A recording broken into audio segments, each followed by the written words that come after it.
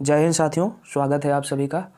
आज हम लोग डेली करंट अफेयर्स के अंतर्गत 11 जनवरी 2023 के महत्वपूर्ण करंट अफेयर्स को पढ़ेंगे। अगर आप करंट अफेयर्स का पीडीएफ चाहते हैं तो आप हमारे टेलीग्राम ग्रुप के माध्यम से पीडीएफ को डाउनलोड कर सकते हैं। टेलीग्राम ग्रुप का लिंक वीडियो के डिस्क्रिप्शन में दे दिया जाएगा। आइए दोस्तों, शुरू करते हैं 11 जनवरी के महत्वपूर्ण करंट अफेयर्स को। तो आप देख पा रहे होंगे, पहला प्रश्न है, विश्व हिंदी दिवस कब मनाया जाता है। दोस्तों, विश्व हिंदी दिवस 10 जनवरी को मनाया जाता है। पहली बार 10 जनवरी 1975 ईस्वी में विश्व हिंदी सम्मेलन का आयोजन किया गया था और इसी के उपलक्ष्य में 10 जनवरी को विश्व हिंदी दिवस मनाया जाता है।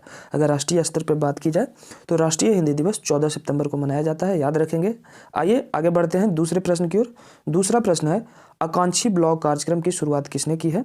तो इसका शुरुआत नरेंद्र मोदी ने किया है। इनका उद्देश्य है कि वे ब्लॉक जो सामाजिक, आर्थिक और शैक्षणिक रूप से पिछड़े रह गए हैं उनको समाज की मुख्य धारा में शामिल किया जाए। तो याद रखेंगे, आकांक्षी ब्लॉक कार्यक्रम नरेंद्र मोदी। आइए आगे बढ़ते हैं तीसरे प्रश्न की ओर। तीसरा प्रश्न है, हाल ही में चंद्रशेखर आजाद की स्मृति में उत्तर प्रदेश के किस शहर में संग्रहालय बनाया गया। तो दोस्तों, इसका जो आंसर होगा वो होगा उन्नाव। जी हाँ, उन्नाव में ही चंद्रशेखर आजाद की स्मृति से संबंधित एक संग्रहालय बनाया गया है। आइए आगे बढ़ते हैं चौथे प्रश्न की ओर। चौथा प्रश्न है, हाल ही में किसने अपने कैरियर का 92वां टूर जीता है। ये टूर जो है वो टेनिस से संबंधित है और इसका खिताब जो है 92वां टूर जो है नोवाक जोकोविच ने जीता है। नोवाक जोकोविच संयुक्त रूप से 21 ग्रैंड स्लैम के साथ पहले स्थान पे हैं सर्वाधिक ग्रैंड स्लैम जीतने के मामले में। आप कमेंट करके बताएंगे नोवाक जोकोविच किस देश से संबंधित है। आइए बढ़ते हैं पांचवें प्रश्न की ओर। पांचवा प्रश्न है, किस कंपनी के सीईओ और एमडी RS सोडी ने इस्तीफा दे दिया है। तो दोस्तों, इसका जो आंसर होगा वो अमूल होगा। अमूल से आप लोग परिचित होंगे, दूध प्रोडक्ट का ये उत्पादन करता है।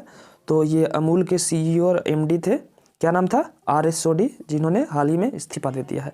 आइए बढ़ते हैं अगले प्रश्न की ओर। छठा प्रश्न है, दिसंबर 2022 के लिए ICC player of the month का खिताब किसने जीता।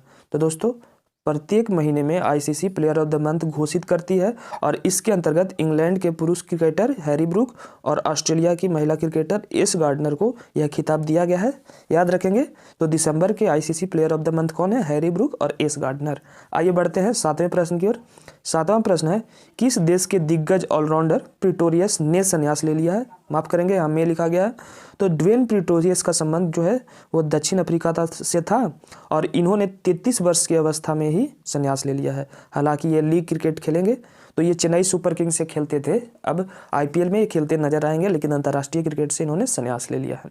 आइए आगे बढ़ते हैं आठवें प्रश्न की ओर।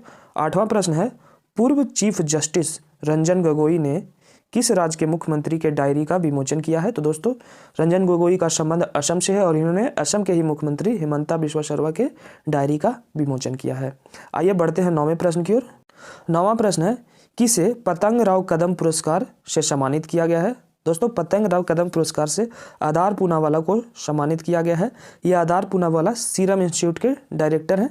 यही सीरम इंस्टीट्यूट है जिसने कोविशील्ड नामक कोविड वैक्सीन का निर्माण किया था, याद रखेंगे। आधार पूनावाला को पतंग राव कदम पुरस्कार से सम्मानित किया गया है। आधार पूनावाला सीरम इंस्टीट्यूट से रिलेटेड है, याद रखिएगा। आगे बढ़ते हैं 10वें प्रश्न की ओर। 10वां प्रश्न है, प्रोफेसर के अब्दुल गफ्फार के आत्मकथा का विमोचन किसने किया।